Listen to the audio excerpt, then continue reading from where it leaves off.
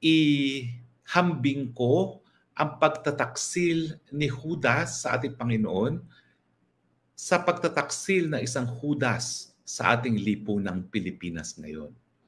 Napakalungkot po na parang yung naging buhay na ating Panginoon ay dinadaanan ng bansang Pilipinas. Meron po talagang nagtaksil na isang disipulo. Well, sa ating lagay po bilang bansa, ang nagtaksil ay isang binigyan ng mandato ng taong bayan na napakalaking mandato, bagamat sinasabi ng ilan dyan, meron daw magic na nangyari.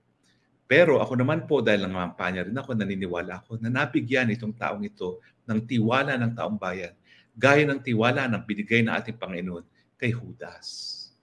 Pero maaga pa sa ating kasaysayan, sa ilalim nitong Judas na ito, naibenta rin niya ang ating bansang Pilipinas kapalit ng pilak ng ginto. Kapalit ng mga tagong yaman na matagal nang nais na mabawi pero hindi nagagawa. At dahil nga kapalit ng mga pilak ng ginto, naibenta at tinaksil ang ating sambayan ng Pilipino. At ngayon, nahaharap tayo sa banta ng pagkapako sa krus.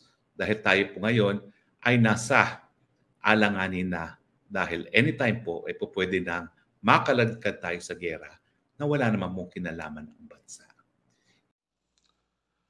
Magandang araw mga kaibigan. Napakaganda po ang Holy Week message ni Atty. Harry Roque na kung saan inihambing niya ang pagtataksil ni Judas sa Panginoong Hesus noong panahon yun.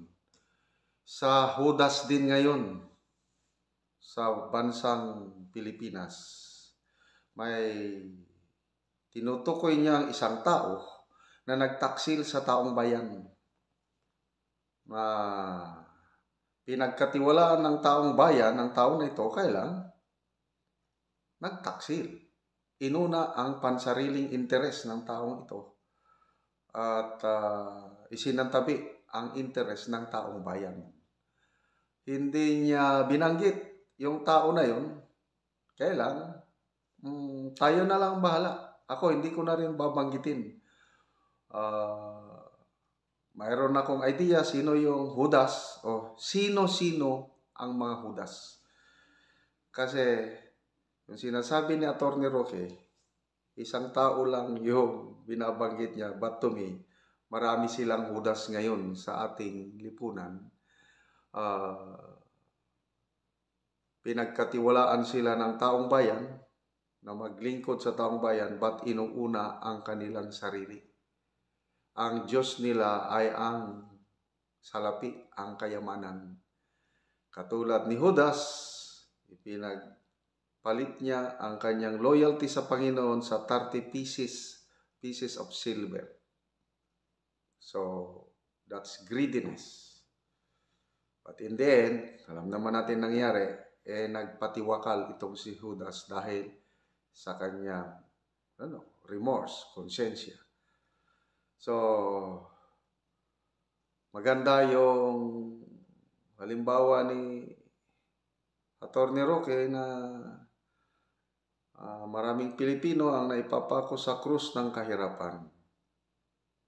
Ba't balang araw, kagaya ng Panginoon na dumating ang araw ng pagkabuhay, yung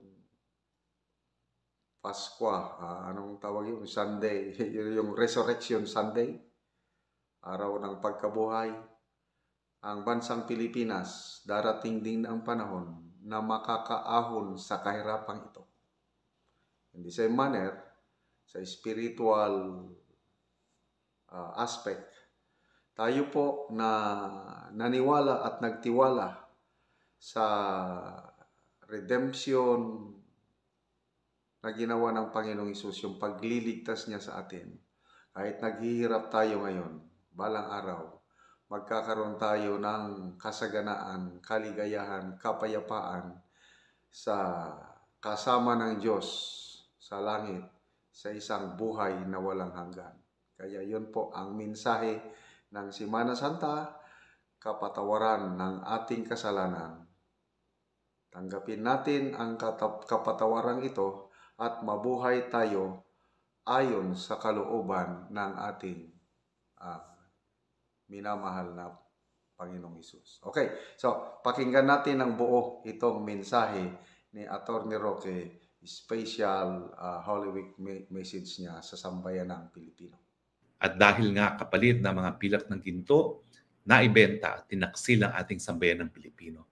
At ngayon, nahaharap tayo sa banta ng pagkapako sa krus. Dahil tayo po ngayon ay nasa alanganin na dahil anytime po ay po pwede nang makaladkad tayo sa gera na wala naman mong kinalaman ang bansa. Hindi ba ho parang nagkaroon ng paghambing sa nangyari sa ating Panginoon ang nangyari sa sambayan ng Pilipino ngayon? Kapalit ng pilak ng ginto, ngayon ang Pilipinas nandyan na po sa gilid ng digmaan na wala naman tayong interes para mamatay ang mga bansang Pilipino, ang mga mamamayang Pilipino. Pero magandang balita po, no? Bagamat napako po ang ating Panginoon sa krus at bagamat ang Pilipinas po ay po pwedeng makaladkad sa gera kung saan napakaraming mga kababayan natin ang mapapako din sa krus dahil sila ay mamamatay. Darating pong araw na magkakaroon din tayo ng Pasko ng pagkabuhay. At yan po siguro ay kapag maghusga na ang taong bayan na tama na ang pagtataksil ng Judas at tayo po ay babangon na sa ating kinalalagyan at magbabago na ng sistema. So, alam ko po na matindi po ang pagdadaanan natin. Tayo po ay linagay sa alanganin ng Judas sa ating lipunan. Linagay po tayo sa peligro. Linagay po tayo ngayon sa posibilidad na anytime tatargetin tayo ng mga bansa na wala naman tayong galit, wala tayong laban dahil lamang hinayaan natin ang mga dayuhan na gamitin ang ating teritoryo para nga po manlusob sa ating mga karating na bansa. At dahil po dyan, maski wala naman tayong kasaysayan ng hidwaan doon sa mga ibang dayuhang bayan, po pwede po tayong makaladkad at po pwede tayong matarget ng kanilang mga bomba. Dahil sa larangan nga po ng international law, kapag pinayagan mo ang iyong teritoryo na magamit sa isang pamamaraan na magkakaroon ng danyo sa ibang bansa, ikaw ay mayroong responsibilidad. At yan nga po ang malungkot na katotohanan na dahil ayaw ng mga nagbayad ng pilak ng ginto kay Judas na ang gera ay maganap sa sarili nilang teritoryo, ang ginawa po kapalit ng pilak ng ginto, hinayaan po ng teritoryo ng Pilipinas ang lugar kung saan magkakaroon po ng digmaan. Pero wag po tayo mag-alala. Mapapako po tayo sa krus. Magkakaroon po tayo na isang araw na tayo po dadapa at maraming mamamatay. Pero hindi po yan sa matagal na panahon dahil darating din po ang Pasko ng pagkabuhay. Babangon din po ang bayan. Tayo po ay babagong muli bilang marangal na bayan at tayo po ay magigising sa katotohanan na sa muling pagbangon natin, ang tanging magtataguyod ng interes ng mga Pilipino ay ang mga Pilipino lamang. Well, ito na po ang ating huling broadcast bago po ng Pasko ng Pagkabuhay. Alam ko po, napakadaming pagsubok na hinaharap tayo ngayon. Sa totoo lang po, matagal nang nakapako sa krus ang sambayan ng Pilipino. Dahil po, napakahirap po ng buhay ngayon. Napakataas ng presyo ng bilihin.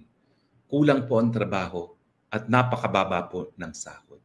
Kaya nga po yung hirap na dinanas ng ating Panginoon, napakadami mga Pilipino pong dumadanas ng kaparehong hirap. Pero habang tayo po'y nananatili sa ating pananampalataya, darating at darating din po ang Pasko ng Pagkabuhay. So sana po, habang kayo po'y nasa beach, habang kayo po'y nagsasama-sama sa inyong mga pamilya, huwag po nating kalimutan ang mensahe ng Semana Santa. Na pagkatapos po na maparusahan, pagkatapos pong saktan, mapahirapan ng Panginoon, siya po'y pinako dahil sa pag-ibig na ating Panginoon, binigay niya ang kaisa-isahan niyang anak. Pero kung tayo po ay tatanggap kay Kristo, darating din po ang araw na magaganap sa ating mga buhay ang Pasko ng Pagkabuhay at lahat po tayo magkakaroon ng buhay na walang hanggan. Alam ko po, magulong ating politika. Alam ko po, napakahirap tanggapin ng pagtraidor ng Judas sa ating lipunan. Darating din po ang araw ng pagkabuhay.